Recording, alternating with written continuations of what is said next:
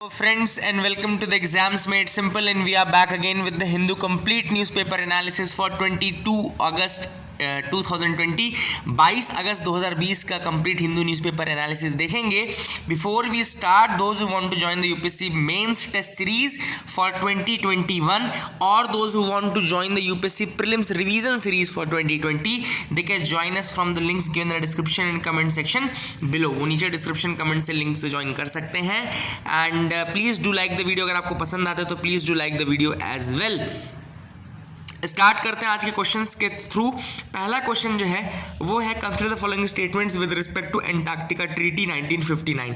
Antarctica treaty 1959 के regarding statements आपको बताना है कौन सा सही है कौन सा गलत। पहला क्वेश्चन है, the main objective of the treaty is to allow member countries to collect both soft sediment and hard rock from the Antarctic ocean. दूसरा स्टेटमेंट है, it is one among the 12 countries which are the original signatory. India is one of the 12 countries who are the original signatories of this treaty. Which of the following statements are correct? One only, two only, both या none? This is question number 1। दूसरा सवाल है, consider the following with respect to Andaman and Nicobar islands. Andaman and Nicobar islands के regarding आपको बताना है इनमें से नॉर्थ टू साउथ अरेंज करना है। स्वराज द्वीप को, शहीद द्वीप को, नेताजी सुभाष चंद्र बोस आइलैंड को और लिटिल अंडमान को। बहुत अच्छा क्वेश्चन है, ये क्वेश्चन पूछा भी जा सकता है। इनको नॉर्थ से साउथ अरेंज करना है, स्वराज द्वीप, शहीद द्वीप, नेताजी सुभाष चंद्र बोस आइलैंड या लिटिल अंडमान। ऑप्शंस आर 2 1 3 4, 1 3 2 4, 1 2 3 4 या 2 1 4 3। Question number 3 is Zokutpui. Zokutpui is a festival among which of the following? किसके अमंग फेस्टिवल होता है Zokutpui? Options are Mizo tribes, Bodo tribes, Garo tribes या हो ट्राइब्स। इनके बीच में आपको बताना है। तो आंसर्स मैं आपको बताता हूँ। जोकुटपुई जो है वो मिजो ट्राइब्स का है। नॉर्थ साउथ अरेंज करना था, इसका आंसर होगा 1 2 3 4, इसी ऑर्डर में ये है। स्वराज द्वीप, शहीद द्वीप, नेताजी सुभाष चंद्र बोस और लिटिल अंडमान। पहला क्वेश्चन उसका डी आंसर होगा, क्योंकि इंडिया 12 कंट्रीज ओरिजिनल जो सिग्नेटरीज हैं उनमें से नहीं है। ओरिजिनल 12 सिग्नेटरीज हैं आपकी Belgium, Argentina, Australia, Belgium, Chile, France, Japan, New Zealand, Norway, South Africa, Soviet Union, United Kingdom, United States. India is also a party to the Antarctic treaty, लेकिन India is a party to Antarctic treaty. और Antarctic treaty का aim जो है basically Antarctic continent को demilitarised zone बना करके रखना है, which is preserved only for the scientific research only.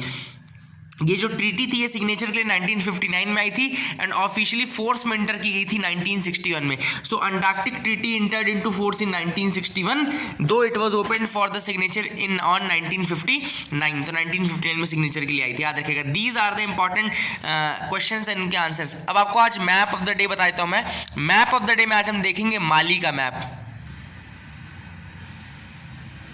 तो ये आपको दिख रहा होगा माली का मैप। माली क्यों न्यूज़ में था? बिकॉज अभी वहाँ पे कू हो गई है, मिलिट्री कू जिसे बोलते हैं, कि जो स्टैब्लिश्ड गवर्नमेंट रहती है उसको रिमूव कर दिया जाता है, हटा दिया जाता है, तो उसको मिलिट्री कू बोलते हैं। तो वहाँ पे माली में ये कू हुई है, वहाँ पे जो स्टैब्लिश थे उनको हटा दिया गया, ठीक है ना। तो यहाँ पे माली की हम बॉर्डरिंग कंट्रीज देख लेते एक बार। तो यहाँ पे आपको दिख रहा होगा Mauritania, this is Mauritania, this is your Mali. यहाँ पे माली दिख रहा है आपको। यहाँ पे आपकी अल्जीरिया सेकंड कंट्री है। पहली हमने देखा मॉरिटानिया है, दूसरी अल्जीरिया है। इंपॉर्टेंट चीज़ है देखें कि माली से भी देखो आपको ट्रॉपिक ऑफ कैंसर पास हो रहा है। Tropic of cancer is passing through your Mali as well. Okay, तो ये भी थोड़ा अपने को रेफरेंस की तरह काम करता है। ट्रॉपिक ऑफ कैंसर देखो अल्जीरिया से भी पास हो रहा है, माली से भी पास हो रहा है, मॉरिटानिया से भी पास हो रहा है। तो ये भी आप याद रखना, ठीक है ना। यहाँ पे नीचे हम देखें बॉर्डरिंग कंट्रीज, तो यहाँ पे नाइजर आपको दिख रहा होगा, नाइजर। देन यहाँ पे बुर्किना फासो आपको दिख रहा होगा, Burkina Faso is another country जिसके साथ ये बॉर्डर शेयर करता है। कोट डी आइवोर ये भी आपकी कंट्री जिसके साथ ये बॉर्डर शेयर करता है। देन गिनी एक country and Senegal another country. तो ये इस तरह से तीसरी कंट्री हो गई आपकी नाइजर। पहली थी मॉरिटानिया, दूसरी थी आपकी अल्जीरिया, तीसरी थी नाइजर, चौथी है बुर्किना फासो, पश्चिमी है कोट डी आइवोर, देन गिनी है एंड सेनेगल है। तो एक तरीके से लैंड लॉक्ड कंट्री है, कोई भी ये वाटर बॉडी से बॉर्डर शेयर नहीं कर रही है। तो आपको ये याद रखना है कि माली भी एक लैंड लॉक्ड कंट्री है। इन 7 कंट्री से ये बॉर्डर शेयर करती है जिनके मैंने नाम आपको बताए। देन नाइजर का देखें, नाइजर के नीचे नाइजीरिया है, बेनिन है, टोगो है, घाना है। टोगो और घाना 9 कंट्रीज के साथ ये बॉर्डर शेयर नहीं करता है, ठीक है ना। ये सारी चीज़ आपको याद रखनी, this is very very important. I hope you got clarity regarding the map of Mali as well. आगे मूव करते हैं न्यूज एनालिसिस में। Stopping religious activities alone is strange says the top court. अब यहाँ पे सुप्रीम कोर्ट का ये कहना है कि भाई आपने इकोनॉमिक एक्टिविटी स्टार्ट कर दी, आपने जिम स्टार्ट कर दिए, स्कूल से स्टार्ट करने के लिए आपने बोल दिया, एग्जामिनेशन अब इसने स्टार्ट कर दिए, सैलून खुलवा लिए, मॉल खुलवा लिए, लिकर शॉप खुलवा लिया, लेकिन जब भी कोई फेस्टिवल की बात आती तो आप बोलते अब शहर को बंद कर देना चाहिए। So he was the Supreme Court was listening to the Jain temples plea, उसके लिए प्ली कर रहे थे कि 2 दिन उनको पूजा करने के लिए और मीटिंग करने के लिए परमिशन दी जाए। तो उसको उन्होंने बोला है कि ऐसा क्यों हो रहा है कि सिर्फ रिलीजियस एक्टिविटीज़ में सारे बैन है, बाकी जो एक्टिविटीज़ हैं वो ऐसी ही चल रही हैं। इस कारण से ऑथर ने मतलब यहाँ पे बोला है कि सुप्रीम कोर्ट ने कहा है कि केवल और केवल हम रिलीजियस एक्टिविटीज़ को कंप्लीट बैन करना, blanket ban on the religious congregations could not be instituted. Blanket ban जो होता है रिलीजियस इंस्टीट्यूशंस में वो that could not be instituted, ऐसा सुप्रीम कोर्ट का कहना है। 9 killed in Srisailam power house unit fire. तो श्री सैलम की पावर हाउस यूनिट फायर जो है वहाँ पे जो हाइड्रो इलेक्ट्रिसिटी पावर प्लांट है वहाँ पे एक फायर हो गया था। तो उसमें अगर श्री सैलम में वो फायर होने के कारण जो यहाँ पे 9 लोगों की यहाँ पे मृत्यु हुई। याद रखिएगा श्री सैलम प्लांट जो आपका हैदराबाद यानी कि तेलंगाना स्टेट में लाई करता है। याद रखिएगा कहाँ पे लाई करता है, तेलंगाना, वैसे इंटर स्टेट है, तेलंगाना स्टेट में लाई करता है, ठीक है ना। याद रखिए this is very very important. Hydel station है श्री सैलम, हाइडल स्टेशन है, कौन सी रिवर पे है, कृष्णा रिवर पे है। तो ये भी आपको फैक्ट याद रखना है कि कृष्णा रिवर पे है, और बाकी चीज़ें मैंने आपको बताई दी है। आगे मूव करते हैं, आप भी मेरे साथ मूव कर सकते हैं, देखते हैं और क्या इंपॉर्टेंट न्यूज आइटम्स है जिनके बारे में हमको डिस्कस करना है। एडिटोरियल्स में हम आएंगे। पहला एडिटोरियल है differential impact of covid and the lockdown. अब कोविड-19 और लॉकडाउन का जो इम्पैक्ट रहा है वो डिफरेंशियल रहा है, ऐसा ऑथर का कहना है। सबसे पहले ऑथर ने एक बुक का जिक्र किया जिसका नाम है the great leveller by Walter Scheidel. याद रखिएगा वॉल्टर शीडल की किताब है द ग्रेट लेवलर। उसमें उन्होंने कहा है कि इस किताब में बताया कि there are 4 catastrophic events that have led to greater economic equality. 4 events हैं जो कि लेवलर कहे जाते हैं, ग्रेट लेवलर कहे जाते हैं, यानी कि इकोनॉमिक इक्वालिटी जो लाते हैं। एक है पैंडेमिक, दूसरा है वॉर, तीसरा है रेवोल्यूशन एंड चौथा है स्टेट कोलैप्स। इन चारों में ही लेवलिंग होती है ना। तो याद रखिएगा pandemic, war, revolution and state collapse, ये 4 ऐसे इवेंट्स हैं जिसमें लेवलिंग होती है। The decline in the equality is the result of excess mortality that raises the prices of labour. तो डिक्लाइन इन इक्वालिटी क्यों होता है, डिक्लाइन इन इनइक्वालिटी क्यों होता है पैंडेमिक के टाइम में, क्योंकि ऐसे टाइम में जो लेबर की जो प्राइस हो जाती है वो बहुत ज़्यादा बढ़ जाती है। देन यहाँ पे ऑथर ने और 3 चीज़ें बताई हैं। ये सारे लेवलर तो कहलाते हैं, लेकिन फिर भी ऑथर के according the impact of these pandemics and the impact of these Wars etcetera and the impact basically of the lockdown, this is having a differential impact. ऐसा नहीं कि ये बराबर इम्पैक्ट है। अब आपके कहने आपने ठीक है बोल दिया कि ये लेवलर हैं, ये बराबरी लाते हैं, लेकिन ऐसा नहीं है। Still the marginalised are at a much greater risk than that of those who are having the resources. जिनके पास रिसोर्सेज है उनसे ज़्यादा अभी भी ये लोग रिस्क में रहते हैं। Data and early indirect evidences they suggest that these diseases are not class neutral. Author का ये कहना है कि डेटा अगर हम लें, अर्ली एविडेंसेज तो यहां से एक चीज क्लियर हो जाती है कि ये जो डिसीजेस हैं या ये जो पैंडेमिक्स वॉर एक्सेट्रा हैं, they are not class neutral या they are not caste neutral. Okay, ये ज्यादा इंपैक्ट करते हैं जो पुअर हैं, जो वल्नरेबल हैं, जो marginalise section of the society है, वहां के वो ज्यादा इंपैक्ट करता है। ऑथर का कहना है economic class and the class identity जैसे रेस, एथनिसिटी एंड कास्ट ये ओवरलैप करती है। This suggest that socially marginalised groups would be at a much higher risk than that of the other groups. Okay, तो जो socially backward classes हैं या socially जो marginalised classes हैं, they are at a much greater risk of this because of this pandemic and because of the lockdown as well. The risk extends beyond mortality. अब author का कहना है कि जो रिस्क है वो केवल मॉर्टेलिटी वाला रिस्क नहीं कि वहाँ पे उनकी जान को खतरा है, उनकी इकोनॉमिक्स को, उनकी सोशल जो अपब्रिंगिंग है, जो सोशल लाइफ, उसको, इन सारी चीज़ों को खतरा रहता है। That is most concentrated in the marginalise sector. तो ये मार्जिनलाइज सेक्टर में बहुत ज़्यादा कंसंट्रेटेड रहता है इस तरीके की चीज़ें, ठीक है ना। तो ये आपको याद रखना है। अब ऑथर ने यहाँ पे ये बोला है कि सबसे अधिक जो वो इम्पैक्ट होते हैं जो लो वेज अर्नर्स रहते हैं, who are less educated workers, low wage earners, less educated workers and segments of the labour force where racial and ethnic minorities are over represented, ऐसे सेगमेंट जहाँ पे एथनिक और माइनॉरिटी जो क्लासेस रहती हैं वो ओवर रिप्रेजेंटेड रहती हैं, वहाँ पे ज़्यादा ये इम्पैक्ट देखने को मिलता है। Early evidence from the United Kingdom and United States reveal that racial and ethnic minorities are indeed one having the most risk of unemployment. जो यूएसए और यूके है उन कंट्रीज तक में जो सबसे अधिक रिस्क देखने को मिला है आपके ये पैंडेमिक का, लॉकडाउन का, अनएम्प्लॉयमेंट पे, वो सबसे अधिक ethnic minorities and racial minorities पे ही देखने को मिला है। तो ये भी आपको याद रखना है। This are the things which are very very important. I hope you got clarity regarding that. अब ऑथर ने यहाँ पे कुछ फैक्ट्स कोट किए हैं। We find that the proportion of employed upper caste dropped from 39 to 32%, that is a fall of nearly 7 percentage point. तो 7% का drop जो था वो देखने को मिला था अपर कास्ट में जो एम्प्लॉयमेंट था। अब ये देखो, ये टर्म्स मैं यूज़ नहीं करता हूँ particularly, these are the terms used by the author, because जैसे हम लोग को जो सिखाया जाता है या हम और आप being UPSC aspirant we should be caste neutral. हमारे लिए कोई कास्ट अपर नहीं होती, कोई कास्ट लोअर नहीं होती। ये सब वर्ड्स जो हैं वो इन ऑथर्स के थ्रू ये सारे लोगों के द्वारा यूज़ किए जाते हैं ना। तो you have to be very clear that these words are not our words, these are the words of the author, therefore he has used this upper caste word, but I do not personally feel that कि this word should have been used. Okay, अगर personally आप मेरा माने तो upper caste lower caste these terms should not be used in the articles, and मैं खुद इसके लिए बिल्कुल वो नहीं करता हूँ। The corresponding fall for the scheduled caste was from 44 to 24%, that is there was a fall of nearly 20 percentage points. तीसरा ऑथर ने कहा है कि जो इंटरमीडिएट कास्ट हैं जैसे कि other backward classes, scheduled tribes, they have fallen from 44 to 34, 40 to 26 and 48 to 33%। तो मतलब इनका ये बताने कि अपर कास्ट में जो ड्रॉप था वो कम था लेकिन बाकी कास्ट में ज़्यादा है। तो इसका ये रीज़न नहीं है, लेकिन कुछ और भी रीज़न हो सकते हैं, बट ठीक है, आपको फैक्ट अगर लिखना तो फैक्ट तो ऑथर ने यही बताया है। अगली चीज, our earlier work reveals that the caste gap at higher levels of education have either remained static और widened over the last 3 decade. जो एजुकेशन का भी लेवल है वो भी अपर कास्ट में ऑथर के अकॉर्डिंग ज़्यादा देखने को मिला है, बाकी कास्ट में कम देखने को मिलता है। The current pandemic is further likely to exacerbate these educational differences. अब ऑथर के अकॉर्डिंग जो ये डिफरेंसेज हैं, एजुकेशनल डिफरेंसेज हैं, ये और ज़्यादा बढ़ने वाले हैं बिकॉज ऑफ द पैंडेमिक। सबसे इंपॉर्टेंट चीज़ तो आप सबको पता है कि अब ज़्यादा जो ध्यान दिया जाएगा वो ऑनलाइन एजुकेशन, डिजिटल एजुकेशन सब पे दिया जाएगा, ठीक है ना। और बहुत सारे मार्जिनलाइज सेक्शन के लोग ऐसे रहते हैं जहाँ पर ना उनके पास रिसोर्सेज अवेलेबल हैं, ना उनके पास सेलफोन्स अवेलेबल हैं, जहाँ पर ना इनके पास इंटरनेट की फैसिलिटी है। तो किस तरीके से बेसिकली आप कह सकते हैं कि वो यूज़ करेंगे इन सारी एजुकेशन की उसको। तो ये सारी चीज़ ऑथर ने उठाई है। I hope you got clarity regarding that as well.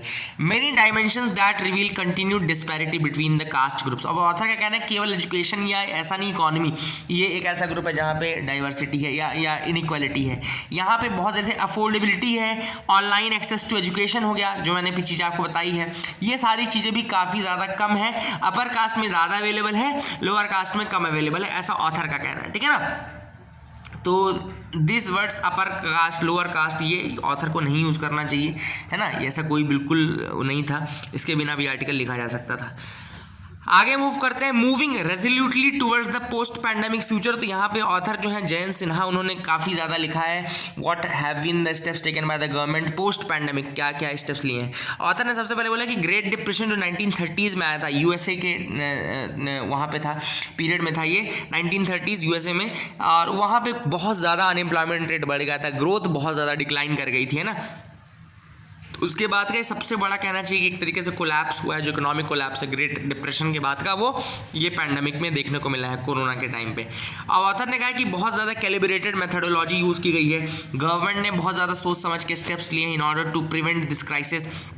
Okay, and author ने कहा कि इंडिया में सक्सेसफुल भी हो रहा है क्योंकि केस फर्टिलिटी रेट जो है वो काफ़ी कम हो गया है। केस फर्टिलिटी रेट का मतलब क्या होता है कि जैसे नंबर ऑफ केसेस 100 हैं, 100 केसेस में मतलब फर्टिलिटी 10 हो रही है, तो केस फर्टिलिटी रेट मतलब कि 10/100 × 100 बराबर 10%। तो इसका मतलब क्या है कि 10% की केस फर्टिलिटी रेट है। इसका मतलब है कि अगर टोटल नंबर ऑफ केसेस देखा जाए तो उसमें 10% ऐसे जो फर्टिलिटी के स्टेज में पहुंच जाते हैं, ठीक है ना, तो केस फर्टिलिटी रेट बोलते हैं। Every citizen learn the value of mask and mask bearing. जो ये चीज़ें हैं ये पैंडेमिक के बाद से या इंडिया गवर्नमेंट जो स्टेप्स लिए उसके बाद सबको मास्क बियरिंग का महत्व पता चल गया, सोशल डिस्टेंसिंग या to be precise physical distancing distancing का महत्व पता चल गया, hand washing, hospital beds, intensive care units, इन सारी चीज़ों का उनको पता चल गया।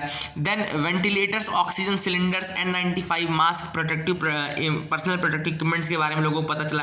प्लस ये सारी चीज़ें इंडिया में बनने भी लगी। इंडिया में अगर आपने देखा हो तो N95 mask, PPE kit, ventilator ये सब नहीं रहते थे, लेकिन अब बहुत ज़्यादा ये सारी चीज़ें मैन्युफैक्चर भी की जा रही है, ना केवल मैन्युफैक्चर किया जा रही है बल्कि एक्सपोर्ट भी किया जा रहा है इन सारी चीज़ों का, ठीक है ना।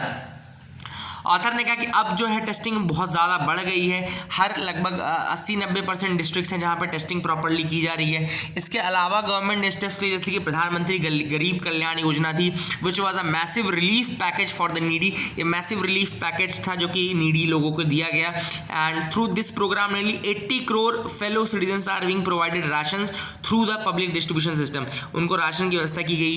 एंड चना भी दिया गया था, अलग से 1 किलोग्राम चना भी दिया गया था फॉर फैमिली। तो ये भी सारी चीज़ें की गई थी basically under the package of आत्मनिर्भर। उसके बाद आत्मनिर्भर भारत पैकेज है जिसमें कि रूरल इकोनॉमी को काफ़ी ज़्यादा मजबूती दी गई, एग्रीकल्चरल फंड्स बनाए गए। इसके अलावा अभी जो रबी की फसल है, हार्वेस्ट हुई है रबी की, वो काफ़ी ज़्यादा अच्छी रबी की हार्वेस्ट भी हुई है। इसके अलावा प्रधानमंत्री किसान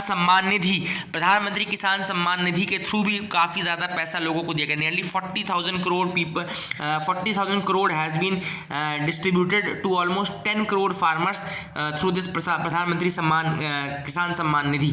देन रूरल इकोनॉमी को काफ़ी पैसा मिला, 2 लाख करोड़ रुपए कैश डायरेक्ट दिया गया बेनिफिशरीज को। इसके अलावा आपने एमएसएमई को सेक्टर को देखा गया होगा कि एमएसएमई सेक्टर के लिए 3 लाख करोड़ निकाले थे। देन एक और चीज़ की थी जो यहाँ पे नहीं लिखी, स्ट्रीट वेंडर्स के लिए स्वनिधि याद रखेगा, ये दिया गया। 10,000 रुपये दिया गया था। जो वेंडर्स रहते हैं, जो स्ट्रीट वेंडर्स रहते हैं, उनको 10,000 रुपये दिया गया था लोन के रूप में, ठीक है ना। Then ₹3 lakh crore has been given collateral free to the MSME borrowers को दिया गया। इसके अलावा और भी रिफॉर्म्स के आत्मनिर्भर भारत के अंदर का, जैसे कि डिफेंस में हमने काफ़ी ज़्यादा चेंजेस किए। डिफेंस का जो FDI था उसको 74% कर दिया, बढ़ा करके 49 से बढ़ा करके 74% कर दिया गया। देन इसके अलावा और चीज़ें की गई, जैसे कि बिजनेस के लोगों को ईज ऑफ डूइंग बिजनेस के लिए काफ़ी ज़्यादा कॉन्फिडेंस प्रोवाइड किया गया है, इन्वेस्टर्स को कॉन्फिडेंस प्रोवाइड किया गया है। Additional 1 lakh crore has been earmarked to build rural infrastructure. Additional 1 lakh crore निकाला गया है to build the rural infrastructure, जो आपका कोल्ड स्टोरेज है, रेफ्रिजरेटेड वेयर हाउसेस हैं, पोस्ट हार्वेस्ट फैसिलिटीज़ हैं। Animal husbandry has been sanctioned another 15,000 crore. तो देखो, अगर आपने ये पूरा आर्टिकल सुना अच्छे से तो देखो हर सेक्टर में दिया गया है। यही सारे पॉइंट आप लिख लीजिएगा। अगर आपसे कोई आत्मनिर्भर भारत पैकेज के बारे में पूछे, अगर आपसे कोई पूछता है कि क्या बेसिकली चीज़ें प्रोवाइड की गई हैं या पोस्ट कोविड क्या क्या चीज़ें की गई हैं, तो ये सारी चीज़ें आप उसमें मेंशन करिएगा। These will be the things which you can mention in the answer. तो ये सारी चीज़ें अगर आप मेंशन करते हो तो आपको पूरे मार्क्स मिल जाएंगे। So that will be it from the editorial section.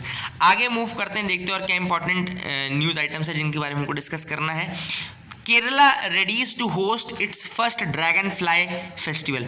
तो पहला जो ड्रैगन फ्लाई फेस्टिवल है वो यहाँ पे केरला होस्ट करने वाला है। It is the WWF India Kerala unit has joined hands for the society for odonate studies. याद रखिएगा, सोसाइटी फॉर ओडोनेट स्टडीज़ के साथ इन्होंने WWF इंडिया जो है उसने हाथ मिलाए हैं। अब क्यों हाथ मिलाया है? In order to host the first Thumbi Pooranam. याद रखिएगा, थुम्बी पूरनम नाम का फेस्टिवल है। It is the first ever state dragon fly festival in Kerala. First ever state dragon fly festival in Kerala.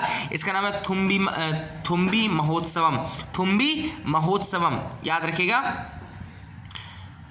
थुम्बी महोत्सवम, नाम इसका थुम्बी महोत्सवम ही है 2020। पंटालू जो है it's the official mascot for this festival. Pantalu is the official mascot for this festival, इसको याद रखिएगा। तो dragon fly festival Kerala का थुम्बी महोत्सवम इसको बोलते हैं, ठीक है ना। एंड पंटालू आपको दिख रहा होगा, ये पंटुलू या पंटालू, क्या नाम लिखा है? Pantalu is basically the mascot for this festival, याद रखिएगा। Okay, The festival is expected to culminate with the State Dragonfly Summit. State Dragonfly Summit भी होगा इसके बाद एक। The events are a part of National Dragonfly Festival being organized by WWF India. तो national level पे Dragonfly Festival हो रहा है WWF India के थ्रू। एंड ये याद रखिएगा आपको, WWF India के थ्रू हो रहा है ये। और Bombay natural history society, Indian dragon fly society, ये 2-3 चीज़ों के नाम याद रखिएगा जिनके कारण ये चीज़ हो रही है और ये केरला में होगा। इसके बारे में मैंने आपको बता दिया। Pantalu is the mascot for this, याद रखिएगा, है ना। आगे मूव करते हैं। आर्मी ने 7.62 mm म्यूनिशन लिया है from the private arms. Okay, 7.62 mm जो होता है ये उसका बेसिकली कैलिबर होता है कि ये आपका जो राउंड होता है ना, राउंड की उसकी होती है। जैसे अगर राउंड इस तरीके का है, अगर मान लो ऐसा राउंड है, ऐसा राउंड होता है, तो ये जो डायमीटर होता है ना राउंड का, ये आपका कहलाता है कैलिबर। और यहीं से आता है आपको कितने mm, जैसे 5.52 mm, ओके, और 19 mm, 9 mm, है ना। तो ये सारे जो होते हैं mm, ये सारी चीज़ें होती हैं। जैसे पिस्टल जो होता है वो 9 mm होती है ना, तो वो उसका डायमीटर कहलाता है कि जो राउंड है उसकी कितनी डायमीटर है, ठीक है ना। इसको याद रखिएगा। आगे मूव करते हैं। MP will offer government jobs on NRA scores. MP जो है इंडिया का पहला स्टेट बन गया जिसने ये डिसीजन लिया है कि जो नेशनल रिक्रूटमेंट एजेंसी है उसके स्टेट्स के उसके स्कोर के बेसिस पे वो रिक्रूटमेंट करेंगे, ठीक है ना। तो NRA आप सबको पता है कि अब कॉमन एलिजिबिलिटी टेस्ट जो SSC, RRB और IBPS है उसके करते हैं बेसिकली। तो याद रखिएगा कि ये जो है आपका MP पहला स्टेट बन गया जिसने बोला है कि हाँ NRA के स्कोर कार्ड्स के थ्रू हम बेसिकली जॉब प्रोवाइड कराएंगे, ठीक है ना। इसको याद रखिएगा। अगली जो न्यूज़ है वो है माली कू लीडर्स रिलीज 2 गवर्नमेंट ऑफिशियल्स। तो माली में मिलिट्री बेसिकली जो मिलिट्री जनता थी उसने एक कू कर दी थी, मिलिट्री कू कर दी थी, तो इसको याद रखिएगा।